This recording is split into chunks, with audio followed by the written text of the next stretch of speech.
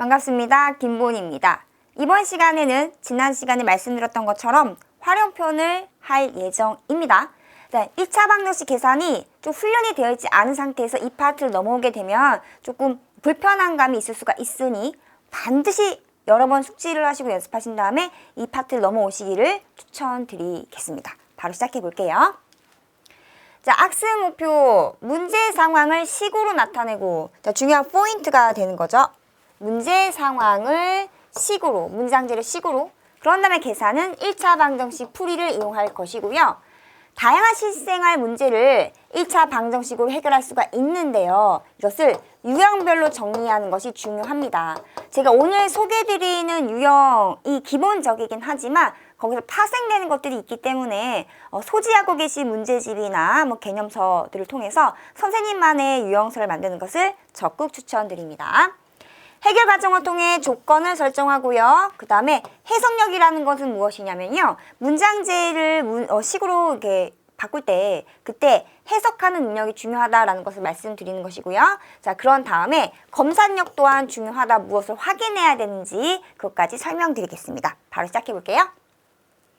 문제 상황을 어떻게 1차 방정식을 만들 것인가 그 적용 순서가 꼭 이렇게 4가지로 세팅되는 건 아닙니다. 4단계뿐만이 아니라 더 추가될 수도 있고요. 축소할 수도 있는데 기본적으로 이런 흐름이다라고만 보시면 될 것 같아요. 일단은 예제 문제를 먼저 한번 볼까요? 가로의 길이와 세로의 길이보다 이만큼 긴 직사각형이 있습니다. 일단은 상황 파악을 첫 번째 하는 거죠. 직사각형이란 아이가 있다라고 했을 때 우리가 머릿속으로라도 그림을 그려볼 수가 있죠. 가로의 길이가 세로의 길이보다 이만큼 길다라고 했습니다. 세로보다 가로가 길다라는 이야기가 되겠죠. 그럼 둘레의 길이가 16입니다. 가로, 세로 합한 거의 몇 배죠? 2배가 둘레의 길이가 되겠죠. 그럼 여기다가 저 같은 경우에 애들한테 맨 처음에 한글로 글씨를 좀 적게 합니다. 가로와 세로를 더한 다음에 여기에다가 곱하기 2를 했더니 16이 나왔다. 그럼 이제 이 틀 자체가 하나의 방정식이 되겠죠. 자, 그런 다음에 이 직사각형의 가로의 길이를 구하라고 했습니다. 대체적으로는 구하고자 하는 값을 문자로 놓죠. 자, 그러면 가로의 길이를 문자 x라고 한다면 자연스럽게 세로의 길이는 그것보다 얼마큼이요? 이만큼이 짧겠죠. 그래서 이렇게 놓을 수 있도록 지도하시면 돼요. 여기까지를 한번 단계를 볼까요? 이거 얼마나 세상에. 이게 왜 적혀있죠? 자, 1번 미지수 설정, 즉 무엇을 문자로 놓을 것인가. 대체적으로는 구하고자 하는 값을 문자로 놓는데요. 모두가 그런 건 아닙니다. 구하는 값을 문자로 놨을 때 식이 복잡해진다면 그 나머지 거, 다른 것을 문자로 놓는 것이 편할 때가 있습니다. 그것은 미리 말씀해 주시면 좋아요. 대체적으로는 구하려는 수를 문자로 놓는다. 그러면 가로의 길이가 구하는 값이었으니까 x고요. 세로 길이는 x 빼기 2가 됐다까지가 설정이 된 거죠. 그럼 아까 저희가 이렇게 한글로 적어놨던 틀 있죠. 방정식의 틀. 문제의 수의 관계를 등식으로 표현합니다. 그게 이거죠. 가로와 세로를 합한 다음에 곱하기 2를 하면 그것이 16이 됩니다. 그래서 가장 중요한 핵심은 이거긴 하죠. 등식을 세워야 방정식이 만들어지니까요. 방정식을 풀 것입니다. 계산하는 그 방법에 의해서 x의 값을 구하겠죠. 그럼 얘부터 한번 시작해 볼까요? 괄호 안에 정리하시면 2x-2 전체에다가 곱하기 2를 했더니 16이 나왔습니다. 무조건 분배하기보다는 약간의 직관성도 적용해 보시는 것이 좋습니다. 2, 8에 16인 거니까 2x-2 혹은 16을 2로 나누어서 그 값이 8이 나왔다. 마이너스 1을 우변으로 이항하시면 2x는 8과 2 합으로 10이 되죠. 양변을 뭘로 나누죠? 2로 나누면 x가 얼마가 나옵니까? 5가 나옵니다. 그래서 x 값을 구했습니다. 자, 활용해서의 또 한 하나의 핵심. 저는 확인을 꼭 하라고 얘기를 합니다. 해석과 검산이라는 것은 문제를 풀고 내가 구한 값이 구하는 값인지를 해석을 하면서 검산하라라는 이야기입니다. 문제에서 원하는 값인지 정답인지를 확인하는 것을 해석과 검산이라고 저는 이름을 지었고요. 꼭 이게 교과서적인 표현은 아니에요. 근데 검산하기, 구하는 값인지 확인하기, 보통은 마지막 단계가 확인하기라고 많이 되어 있긴 합니다. 근데 이거는 표현이 정답이 있는 건 아니죠. 그래서 틀은 잡아주시되 선생님들도 마찬가지이고요. 학생들한테 너의 언어로 한번 적어봐 라고 한번 해보세요. 그러면 자기가 정한 룰이기 때문에 그 언어를 쓰면서 좀 더 집중하는 효과가 있기도 합니다. 여기까지 괜찮으세요? 그럼 x가 구하는 값인 걸 확인을 했고요. 그래서 가로가 5, 세로는 3이다. 자, 만약 문제에서 둘레의 길이를 구하라라고 했다면 구하면 되고요. 구하는 게 둘레였기 때문에 가로, 세로 합한 다음에 2배에서 16인지도 한번 검사를 추가적으로 더 한 것입니다. 보통은 여기까지 구한 다음에 주어진 방정식에 대입해 보는 것도 거기까지도 괜찮아요. 자, 이제 활용 유형의 핵심을 좀 한번 정리를 이제 단계별로 할 것인데요. 제가 이제 유형별로 정리를 해 드릴 것이고요. 총 8개의 유형으로 정리 한번 해보도록 하겠습니다. 제일 많이 나오는 게 수와 관련된 거죠. 자, 수와 관련된 문제일 때 자꾸 57판을 건드리나 봐요. 자, 수와 관련된 문제일 때 무엇이 중요한지는 요거를 풀고 좀 정리해드려도 괜찮을까요? 네. 핵심은 조건을 이용한 수의 표현입니다. 문제 먼저 한번 보실게요. 연속하는 두 자연수라고 했습니다. 연속한다는 표현이 중요하죠. 연속하는 두 자연수의 특징이 뭘까요? 차이가 1인 거죠. 요런 걸 짚어드리는 거예요. 그래서 학생들한테 마찬가지로 이렇게 질문하시면 돼요. 아, 차이가 항상 1이 연속하는 두 자연수입니다. 그럼 큰 게 있고 작은 게 있겠죠? 합이 27입니다. 이것은 바로 뭐예요? 방정식을 세울 수 있는 힌트가 될 것이고요. 두 자연수 중 작은 수를 구하라고 했습니다. 자, 구하는 수를 보통 미지수 x라고 놓죠. x가 작은 수면은 큰 수는 차이가 1인 거니까 1 큰 수가 되겠죠. 이걸 말하는 거예요. 합이 27이다 라고 했으니까 x와 x 플러스를 더했을 때 그 결과가 27입니다. 이것이 이제 방정식이죠. 이제 풀면 되겠네요. 간단하니까 풀어볼게요. xx 더해서 2x 1 이항하면 27에서 1 빼니까 26이고요. 양변을 2로 나누면 x는 13이 되겠죠. 여기까지 괜찮으세요? 자, 그런 다음에 어떻게 해요? 확인. x가 13이면은 큰 수는 14가 되겠죠. 연속하는 두 자연수 맞고요. 자, 이제 이렇게 나왔을 때 이 앞이 좀 바뀌는 거예요. 연속하는 세 자연수일 수도 있고, 연속하는 두 짝수일 수도 있고, 연속하는 두 홀수일 수도 있고. 그럼 평소에 그 조건이라 하면 특별히 그것이 수와 관련돼 있다라고 했을 때는 뭐가 필요할 것 같아요? 맞습니다. 수와 관련돼 있는 정리 노트가 필요한 거예요. 그래서 연속하는, 예를 들어서 연속하는 두 짝수라고 했습니다. 그럼 짝수가 2, 4, 6, 8 이렇게 가잖아요. 그럼 여기서의 특징은 뭘까요? 그렇죠. 차이가 2라는 겁니다. 그러면은 짝수 중에서 작은 게 있으면 큰 거는 여기다가 2를 더하면 되고, 큰 거를 미지수로 했다면 작은 거는 2를 빼면 되고요.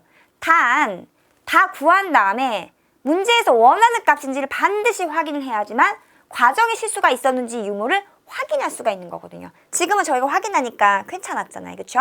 그래서 확인하는 게 중요하고요. 조건이라는 거는 수의 조건을 말하는 건데 이런 표현들 여러 가지가 있잖아요. 그 문장으로 적고 어떻게 하면은 구체화할 수 있는지를 연습시키시면 되겠습니다. 뭐 모양 사용해도 괜찮고요. 여러 가지 문자를 사용해도 괜찮고요. 네, 넘어가도 될까요? 두 번째, 도형의 길이, 넓이 구하는 문제가 또 하나 유형으로 좀 다르죠? 예를 들어서 길이나 넓이를 구하는 것이 대체적일 때인데요. 문제를 통해서 확인하고 좀 짚어드릴게요. 평행한 두 변의 길이가 각각 3, 5인 사다리꼴이 있습니다. 넓이가 24일 때 높이, 대놓고 구하라는 게 높이잖아요. 그럼 사다리꼴이 이렇게 있는데, 그쵸? 3, 5라는 얘기고 얘네가 평행하다는 것이고요. 다만 우리가 모르는 거는 이 높이 값이 모르니까 높이를 x라고 한다면 x 이런 거 말하는 거죠. 그래서 넓이가 24이다. 그럼 넓이가 24이다. 여기까지가 바로 뭐예요? 방정식을 세울 수 있는 문장이 되겠죠. 제가 지금 어떻게 문장을 표시하고 있는지 관찰이 되세요? 네, 맞습니다. 끊고 방정식에 해당하는 핵심 문장을 표시를 하고 미지수를 놓은 다음에 그 방정식 문장에 맞춰서 등식을 세우는 겁니다. 이렇게 하니까 좀 쉽죠. 그럼 넓이는 어떻게 구하죠? 저희 사다리꼴 넓이 맞죠? 사다리꼴 넓이는 평행하는 두 변의 길이 합 곱하기 높이 나누기 2, 이것이 사다리꼴 넓이 구하는 방법이죠. 했더니 높이를 평소 h랑 많이 쓰니까 지금 저희가 x라고 놨죠. 큰일 날 뻔했네요. 자, 곱하기 x 나누기 2를 했더니 그 값이 얼마죠? 네, 24가 나왔다라는 이야기인 거죠. 근데 x 구하면 되죠. 그리고 확인하면 되고, 이 계산은 제가 넘기겠습니다. 그러면 특별히 길이 넓이에서 구할 때 중요한 포인트가 뭐냐면요. 지금은 단위가 없지만 길이나 넓이 같은 경우는 단위가 있잖아요. 그래서 항상 길이 넓이 구하는 문제일 때 중요한 사항은 확인하기입니다. 무엇을요? 단위가 있었는지 없었는지 단위 유무를 확인하고 내가 구하는 것이 길이였는지 넓이였는지. 길이를 구하라고 했는데 엉뚱하게 넓이 단위를 적는 친구가 있고요. 이런 경우는 드물어요. 그런데 넓이를 구하라고 했는데 넓이가 10cm일 수는 없잖아요. 그런데 길이 단위를 적는 친구들이 꽤 있습니다. 그래서 길이와 넓이를 구하는 형태의 활용 문제라고 한다면 반드시 마지막에 단위 확인하고 구하는 값이 맞는지 확인하자라고 지도해 주시면 되겠습니다. 세 번째 유형 가볼게요. 나이 문제입니다. 나이도 어떻게 보면 수와 관련된 거죠. 차이는 뭘까요? 단위가 있죠. 나이가 10, 나이가 30 이러진 않잖아요. 30세. 그래서 단위만 조심하시면 되고 수와 관련된 문제랑 거의 유사합니다. 그래서 나이 차이에 관련된 게 나오는데 문장에서는 뭐 몇 년 전, 몇 년 후 이런 게 조금 추가가 되는 겁니다. 볼게요. 형과 동생의 나이 차는 4세이고 라고 했습니다. 그러면은 형, 동생에 대한 상황을 말해주는 거죠. 형이 당연히 나이가 많겠죠. 2년 뒤, 자 이런 거죠. 형의 나이가 동생 나이의 2배일 때. 그렇다면 여기부터 여기까지가 방정식을 세울 수 있는 문장이 되겠네요. 구하는 건 뭡니까? 현재 동생의 나이가 되겠습니다. 그럼 현재 동생의 나이를 X세라고 친다면 이것 때문에 그러면은 형이죠. 형인데 잘 보셔야 돼요. 나이는 시간이 흘러가잖아요. 과거, 현재, 미래 구분할 수 있어야 돼요. 현재 동생의 나이가 X세였다면은 현재 형의 나이가 미지수 X로 표현이 되겠죠. X에다 얼마를? 4를 더해야지만 형의 현재 나이인 거죠. 현재. 자, 이제 우리는 뭐 할 거냐면은 2년 뒤의 상황에서 등식을 세울 겁니다. 그러면 2년 후에 동생과 형의 나이를 다시 세팅할 수 있어야 돼요. 요게 조금 차이점인 거예요. 2년 뒤의 동생의 나이는 현재 X에다가 2를 더해야겠죠. 2년 후의 형의 나이는 현재 형의 나이에다가 동일하게 똑같이 2를 더해줘야겠죠. 그런데 등식이 뭐예요? 2년 후에 형의 나이가 즉 X에다가 6을 더한 이 값은 동생 나이 X 플러스 2의 몇 배라고 했죠? 2배 하니까 바로 등식이 생겼잖아요. 그럼 이거 풀어서 정의하면 X가 얼마 이렇게 나오겠죠. 이건 뭐 어렵지 않으니까 한번 좀 바로 해볼까요? 계산하면 2x 플러스 4가 될 것이고요. 이 양 정의하면 x가 얼마가 나오냐? x가 2가 나옵니다. 이제 x가 2가 나왔어. 애기였네요. 자, 그렇죠? 그러면 x는 현재 동생의 나이를 문자로 넣고 풀은 거죠? 2세가 되는 겁니다. 정답은. 좀 웃기네요. 그렇죠? 자, 그런데 그렇다면 문제가 좀 복잡해지고 어려워지면 어디를 바꾸겠어요? 여기를 바꾸겠죠. 몇 년 후에 동생의 나이는 이렇게 기껏 해놓고 뭐 10년 후에 동생의 나이는 이럴 수 있잖아요. 그러면은 그럴 때 어떻게 하시면 돼요? 현재 동생의 나이를 문자로 놓고 똑같이 푼 다음에 물어보는 거에 답을 확인하면 되는 거죠. 그래서 나이는 과거와 현재와 미래를 구분하는 것이 중요하고 문제 상황에 맞춰서 무엇을 문자로 놔야 되는지 무엇을 미지수로 놔야 되는지를 정하는 것이 중요하다는 것을 재차 강조드립니다. 넘어가도 될까요? 네. 자, 이번에는 네 번째 유형입니다. 요금 게임 문제. 결과적으로는 금액과 관련된 문제가 되겠죠. 금액과 관련된 문제가 될 것이고요. 요거 좀 팁을 드리면 유형을 쪼개려고 하면 한도 끝도 없습니다.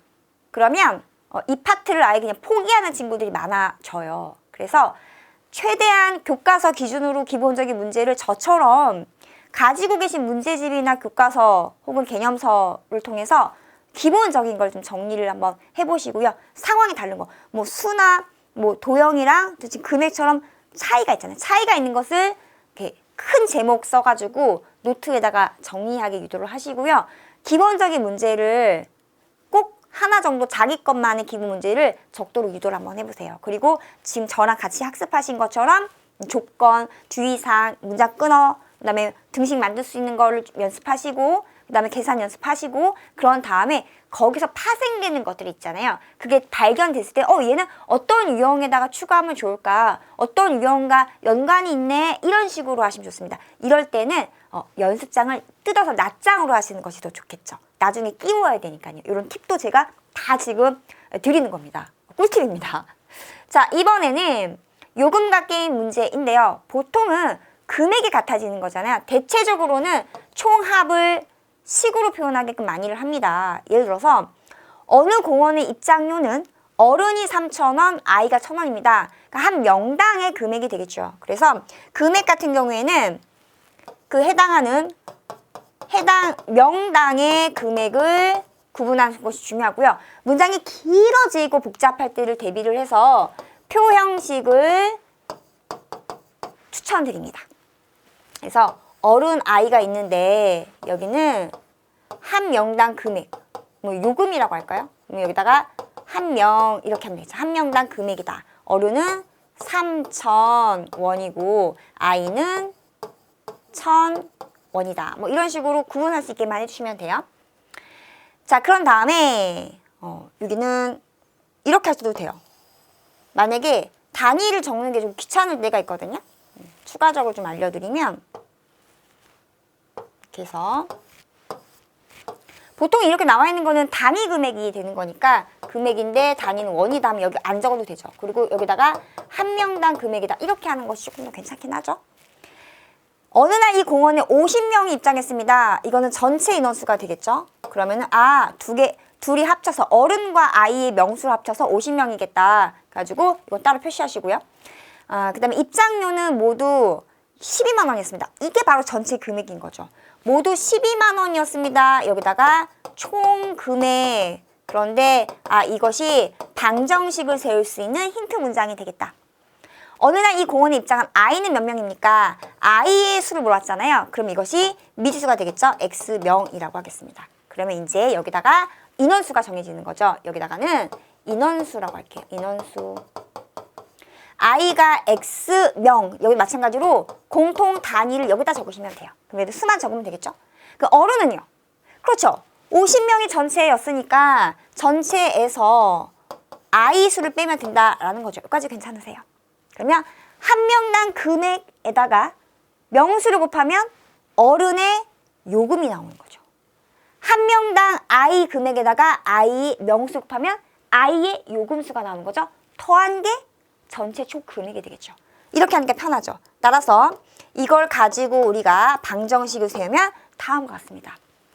어른 한 명당 금액에다가 곱하기 어른의 명수 플러스 아이 한 명당 금액에다가 곱하기 아이의 명수 총 금액이 얼마예요? 12만 원. 이때 주의사항은 또 뭘까요? 동그라미 0의 개수입니다. 12 그 만 원인 거니까 곱하기 만을 하면 되겠죠. 그래서 원. 단위를 통일하는 것이 이래서 중요한 겁니다. 그다음에 계산은 편의상 하시면 되는데 조금 같이 한번 해볼까요? 약분하는 게 편하죠. 얘는 1000이 곱해졌으니까 1000으로 나눠요. 1000으로 나눠요. 여기도 1000으로 나눠요. 이때 학생들도 많이 실수하는 게 뭐냐면 좌변 전체를 1000으로 나눈다라는 것은 우변 전체를 1000으로 나누는 건데 좌변 전체 1000 나눠요라는 얘기는 모든 항을 1000으로 나누는 건데 한쪽만 약분하고 안 하는 경우가 있거든요. 근데 다 약분해내고 곱하기로 연결되어 있는 이거가 하나의 덩어리니까 곱해져 있는 결과에는 곱한 수 중에 한쪽만 약분을 하는 거다라고 짚어두시면 되겠습니다. 정리하면 여기는 3 곱하기 50-x 여기는요 1x는 여기는 120이 되겠네요. 자, 정리하면 150-5x 플러스 x는 120이 될 것이고요. 120이죠. 자, 이제 이 양 정리만 잘하면 되겠네요. 자, 이제 이렇게 한번 해볼까요? 마이너스 4x인데 마이너스 4x를 우변 이항하면 플러스 4x가 되죠. 120 좌변 이항하면 150 빼기 120인 거니까 얼마죠? 30이 되겠습니다. 따라서 이거 좀 계산이 조금 이상하네요. 제가 여기 실수를 했네요. 아이고야, 죄송해요. 이런 실수를. 다시 정리해드릴게요. 곱하니까 150 곱해서 마이너스 3x 플러스 x는 여기가 120이 됩니다. 맞죠? 정리하면 마이너스 2x인데 이항하면 2x가 될 것이고요. 120을 좌변 이항하면 150 빼기 120인 거니까 30이 되겠습니다. 결국 양변을 2로 나누면 x가 얼마가 나오냐면 15가 나옵니다. 맞죠? 숫자가 잘 안 나오네요. 15. 여기까지 괜찮으세요? 자, 그런 다음에 마지막에 확인이 중요하다고 말씀드렸죠. 아, 그래서 아이가 몇 명이냐? 아이가 15명이고 어른은 35명이다. 이렇게 확인도 하고요. 그 다음에 구하는 것이 맞는지, x값 맞는지 맞죠? x가 15였으니까 자, 여기서 이걸 좀 짚어드리고 싶었어요. 몇 명일까라고 해서 정확히 단위를 물어봤잖아요. 이럴 때는 15명 해서 명을 꼭 적어야 한다라고 지도를 해주시고요. 간혹 이럴 수 있습니다. 공원에 입장한 아이의 수를 구하시오. 그러니까 수를 물어볼 때는 말 그대로 인원 수만 물어본 거니까 그러면 좀 구분하면 된다라고 지도하시면 되고요. 보통은 많이 이렇게 물어보죠. 정리되셨을까요? 흐름 되셨죠? 자, 이제 넘어가도록 하겠습니다. 5번째 유형이에요. 무게와 양도 좀 다른 유형이긴 하죠. 이럴 때도 보통은 총합을 식으로 표현할 수 있는 문장으로 방정식을 세우게 됐습니다. 꼭 그런 건 아니에요. 어느 반에 사탕을 나눠주는데 한 학생에게 4개씩 나눠주면 사탕 10개가 부족하대요. 여기서는 필요한 사탕의 수와 실제 사탕의 수를 구분하시면 돼요. 이렇게 지도하시면 되거든요. 필요한 사탕의 수, 실제 사탕의 수. 한 학생에게 3개씩 주면 사탕 15개 남네요. 3개씩 주고도 15개가 보이는 거니까 그러면 이거 다 보면 이게 실제 사탕수. 입안에 학생 수를 몰았습니다. 학생 수를 모르니까 x라고 할게요. 몇 명인지라고 안 했습니다. 학생 수라고 했으면 그냥 x라고 하면 되겠죠. 그렇죠? 아까 풀었던 문제 약간 차이가 보이시죠? 그러면 보세요. 4개씩 나누어 주면이라고 했습니다. 그러면 한 명당 4개씩인데 학생이 x명 있다라고 하려고 했더니 10개가 모자란대요. 그 말은 무슨 말이죠? 일단 한 명당 4개씩 x. 얘는 이제 뭐가 되는 거예요? 4명, 그러니까 x명한테 4개씩 주고 싶은 사탕수죠. 이거는 필요한 사탕수죠. 필요수라고 할까요? 그죠? 이만큼이 필요할 것 같은데 4개씩 주려면? 그런데 10개가 부족한 거니까 아이고야 10개 부족한 걸 빼면은 결국 이만큼이 의미하는 게 바로 뭡니까? 얘는 그렇죠. 실제의 가지고 있는 사탕수인 거죠. 등식을 세울 때는 같은 거를 같다라고 해야 되는 거잖아요. 그러면 두 번째 문장에서 한 학생에게 3개씩 나누어 주면이라고 했잖아요. 그러면 한 명당 3개씩인데 x명인 거니까 3 곱하기 x 3x. 그런데 15개 남은 거니까 이렇게 주고도 남는 15개를 더하는 순간 바로 이게 뭐가 되는 거예요? 이것이 실제 지금 가지고 있는 사탕수가 되겠죠. 그러니까 실제 사탕수는 변하지 않는 거니까 이렇게 해서 등식을 세우는 거죠. 그러니까 보통 친구들이 상황을 이해하고 방정식 세우는 것이 아니라 모자라면 빼고 남으면 더하는 거 이렇게 외우는 경우가 있습니다.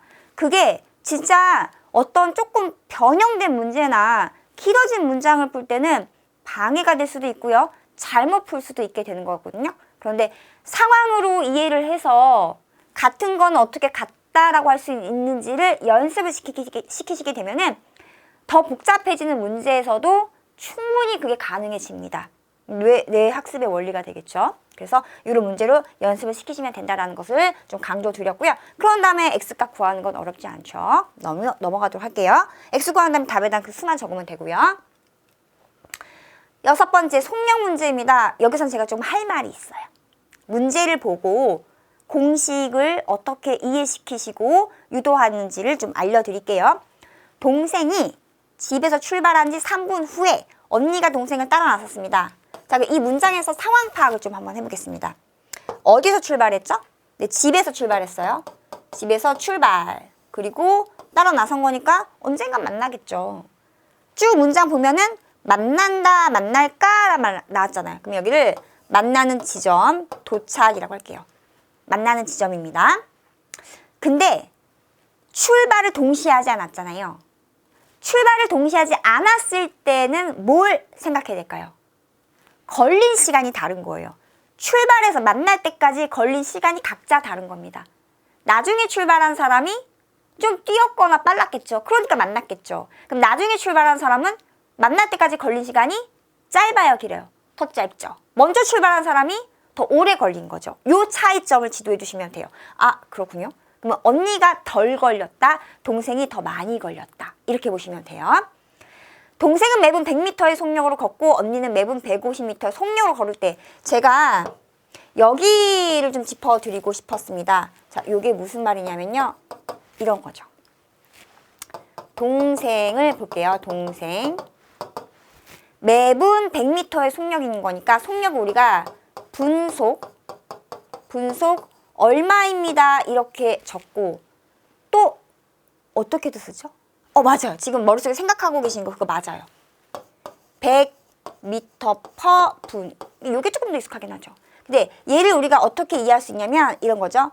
1분에 움직일 수 있는 거리가 100m입니다. 이거 자체가 분수 형태인 거죠. 이게 비율값이고 이게 바로 속력이 되는 거잖아요. 그렇죠. 자, 그렇다면은 여기에다가 이건 속력입니다. 걸린 시간이 몇 분인지 알면은 잘 보셔야 돼요. 몇 분입니다. 별표분입니다. 그럼 이 말이 갖는 의미는 우리가 이렇게 이해할 수 있어요. 1분의 별표 배입니다. 그러면 이런 의미가 되는 거죠. 이게 분이 1분 약분되잖아요. 그럼 남는 결과를 보게 된다면 어떻게 적을 수가 있냐면 이렇게 적을 수가 있어요. 100 곱하기 별 그리고 단위는 미터가 되는 거죠. 결국 이래서 뭐가 되는 겁니까? 속력의 그 시간 단위 있죠. 분속 몇 미터, 시속 몇 킬로미터, 초속 몇 미터 이렇게 됐을 때 그 시간의 단위, 이건 전체 속력이죠. 속력의 시간의 단위랑 걸린 시간의 단위를 왜 일치시켜야 하는지가 여기서 나오는 것이고요. 속력에다가 걸린 시간을 곱하면 결국 뭐가 나와요? 거리가 나오는 이 공식이 탄생된 거죠. 그리고 이 시간에다가 저는 항상 이걸 적으라고 해요. 그냥 시간이 아니라 걸린 시간인 거고 그냥 거리가 아니라 그 대상이 움직인 거리다라는 것을 재차 강조합니다. 그럼 여기서 나머지 공식이 나온 거예요. 자, 속력 곱하기 시간이 거리잖아요. 그럼 이런 거 많이 보셨을 거예요. 마우스 형태 모양이죠. 거속식. 이런 식으로요. 그래서 거리는 속력과 시간의 거기는 곱셈이라고 하는 거죠. 여기는 나눗셈인 거죠. 이렇게. 나 시간을 구하고 싶어요? 그럼 거리를 속력으로 나누면 되고요. 나 속력을 구하고 싶어요? 거리를 시간으로 나누는 그 공식이 나온 겁니다. 속력인 거니까 거리, 시간 나눈 거죠. 핵심은 뭐예요?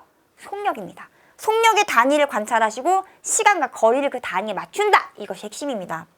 너무나 중요한 꿀팁을 제가 지금 알려드린 거예요. 여기까지 괜찮으세요? 네. 자, 그러면 여기까지는 됐습니다. 이거는 조금 이따 지워도 될까요? 일단은 좀 읽어보고 갈게요. 그러니까 언니는 집에서 출발한 지 몇 분 뒤에 동생을 만날까? 언니가 만날 때까지 걸린 시간을 묻고 있는 거죠. 그럼 이렇게 하면 되겠네요. 언니가 동생을 만날 때까지 걸린 시간을 X분이라고 하겠습니다. 그러면요. 아까 저희가 문장 처음 할 때 상황 이해했죠. 언니가 X분 걸렸으면 동생은 더 오래 걸린 거죠. 3분 먼저 출발한 거니까. 동생은 어떻게 돼요? X 플러스 3분이 걸린 거죠. 자, 그러면 뭐가 변하지 않았을까요? 그렇죠. 거리는 동일하게 움직였잖아요. 맞나요? 그럼 언니가 동생 만날 때까지 움직인 거리는 동생이 언니를 만날 때까지 움직인 거리 같겠죠. 그럼 여기는 거리가 같다. 이것을 이용할 거니까 이게 방정식을 써서 힌트가 되겠죠. 여기는 좀 지워도 될까요? 필요하신 분은 사진 혹은 멈춤하시면 되고요. 여기는 제가 좀 지울게요. 자, 그래서 방정식을 한번 세워보도록 하겠습니다. 자, 언니부터 가볼게요. 동생부터 갈까요? 동생은 1분에 100m씩 움직인 거니까 속력값 곱하기 걸린 시간이 X 플러스 3분이었죠? 그럼 거리는 단위가 미터가 될 것이고요. 이것은 언니가 움직인 거리요. 1분에 150m니까 1분에 150m씩 걸린 시간은 X분이었습니다. 그래서 이거 풀면은 X가 얼마 이렇게 나오겠죠. 답 쓸 때 어떻게 하시면 돼요? 단위 붙여서 몇 분, 언니가 동생을 만날 때까지 걸린 시간입니다. 라고 하시면 되겠습니다. 넘어갈게요. 자, 제발 농도 문제가 되겠습니다. 자, 농도는 소금물의 양분의 소금의 양 곱하기 100%라고 하는데 솔직히 이게 표준적이긴 하지만 저는 이렇게 이야기합니다. 이 농도가 왜 나왔을까를 질문을 먼저 해요. 그러면은 농도는 비율 값인 거잖아요. 이거죠. 소금물 분해, 소금물, 여기서 소금이 차지하는 이 비율값, 이 양의 값은 도대체 100을 기준하면은 얼마일까요? 하는 이 얼마가 바로 뭐예요? 얘가 바로 농도인 거죠. 저는 이거를 기억하라고 합니다. 차라리 이거를 기억을 해서 나 소금의 양 구하고 싶어요. 그럼 양변에 소금물 곱하면 되고요. 나 소금물 구하고 싶어요. 그럼 이걸 이용해서 계산하면 되는 겁니다. 여기까지 이해되세요? 그래서 이거를 기억하게 한 다음에 이게 나왔다. 그리고 농도는 우리가 100 기준한 값이어서 100분율 %를 쓴다라고 지도를 합니다. 자, 문제를 통해서 한번 확인해 보겠습니다. 20%의 소금을 450g에 라고 합니다. 그러면 20%의 소금물이 이렇게 있는데 이 전체 양이 얼마란 얘기예요? 450g인 거죠. 이 전체 양이요. 여기에다가 순수한 물만 넣었대요. 얼마큼 넣었는지 몰라요? 그랬더니 무엇이 되었느냐? 15%의 소금물이 되었습니다. 그럼 여기는 당연히 물 물어보긴 하겠죠? 봤더니 더 넣어야 하는 물의 양을 물어봤습니다. 모르니까 얘를 X 당연히 g이 되겠죠. Xg. 그러면 더했습니다. 전체 양은 2개 더한 거겠죠. 그래서 여기는 얼마가 됩니까? 450에다가 X를 더해서 전체 소금과 물을 합한 게 소금물의 양이잖아요. 뭐가 변하지 않았을까요? 소금의 양이요. 여기 이렇게 소금이 균일하게 흩어져 있습니다. 막 이렇게 있는 소금의 양.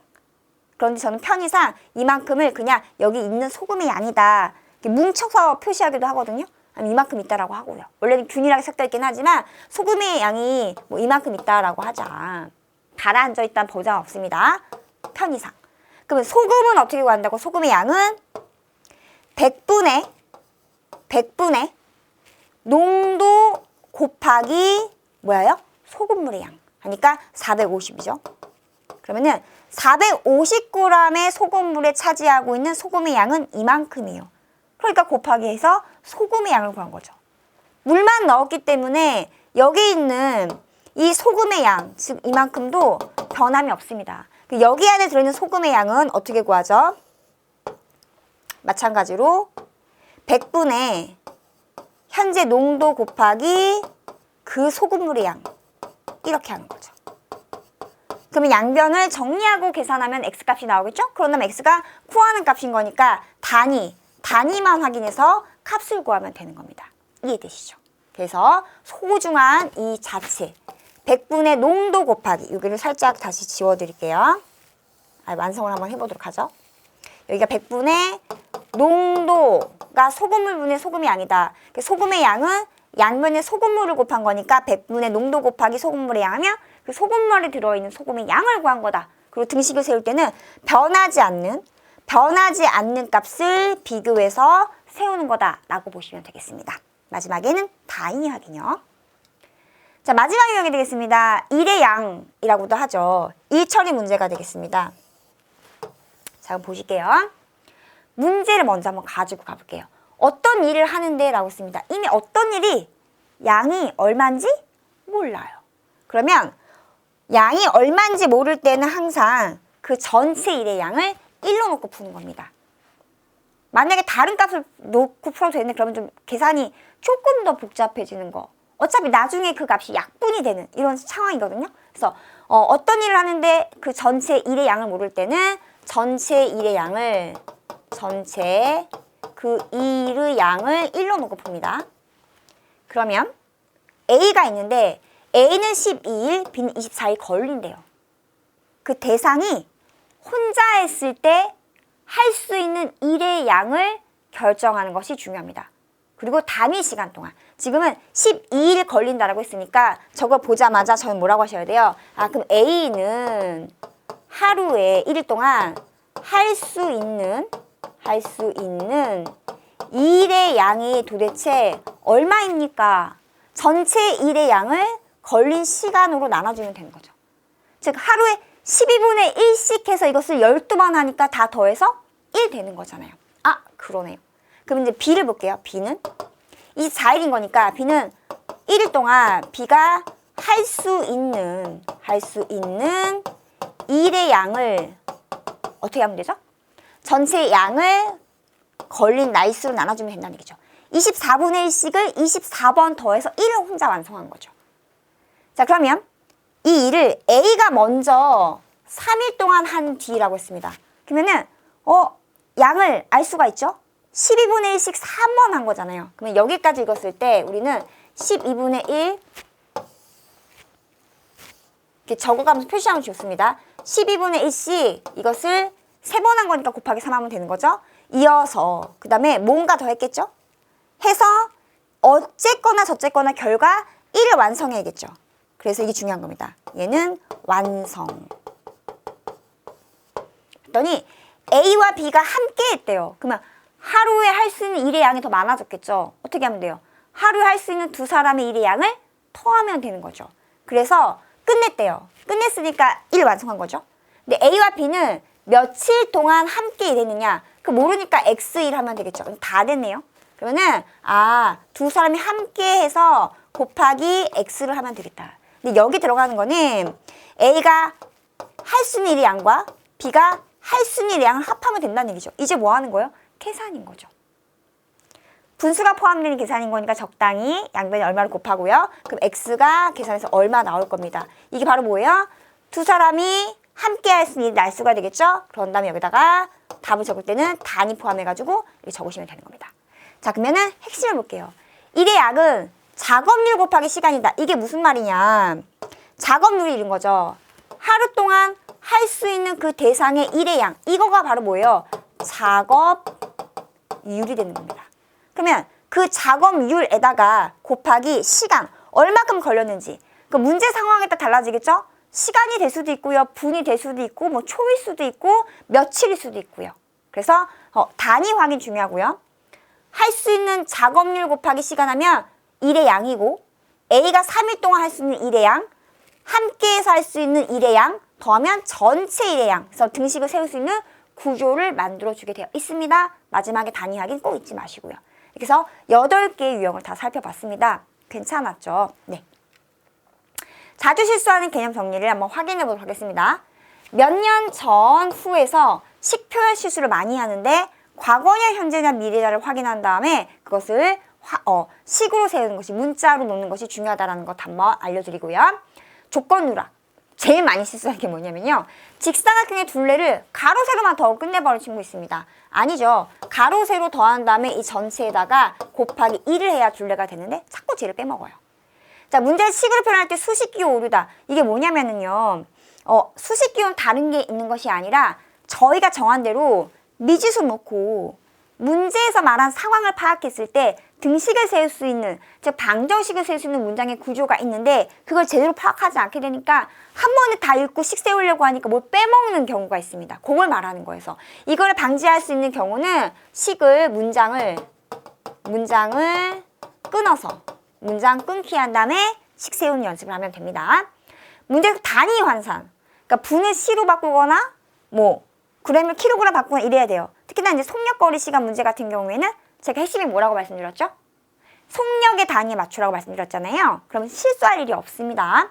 검산 없이 정답 단정하지 말기. 이게 정말 중요한 건데 제발 검산을 해야지만 문제에서 구하는 그 값이 맞는지 확인하고 단위 빼먹은 거 없는지 확인이 가능하다. 이것을 강조하시면 되겠습니다. 자, 이번 시간도 알차게 제가 알고 있는 모든 꿀팁을 다 전해드렸다라고 자부합니다. 다 정리 잘 하시고요. 오늘 고생 많으셨고요. 다음 강의 시간에 만나 뵙도록 하겠습니다.